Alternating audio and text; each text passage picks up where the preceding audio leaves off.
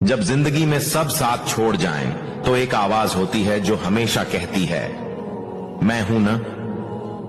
वो तेरी मां की नहीं, तेरे दोस्त की नहीं, वो तेरे रब की होती है।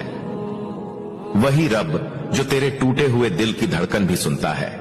दुनिया तुझे गिरते देखकर हंसती है, लेकिन अल्लाह तुझे गिरने नहीं देता। बस तू एक बार सजदे में गिर के देख, वो तुझे वहां से उठा देगा जहां लोग ख्वाब में भी नहीं पहुंचते।